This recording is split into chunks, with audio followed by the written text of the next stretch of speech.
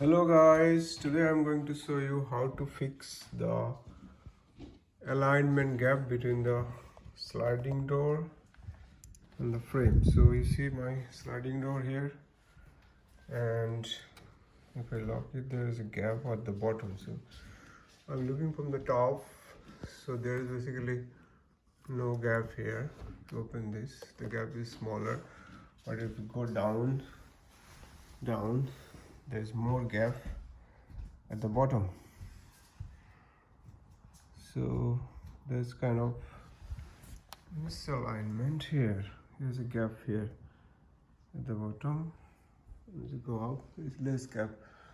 So that means I have to adjust the alignment of the door. So to adjust the door alignment, you have to open this screw here. So you see there are two screws. So this screw is fixed. Don't touch that one.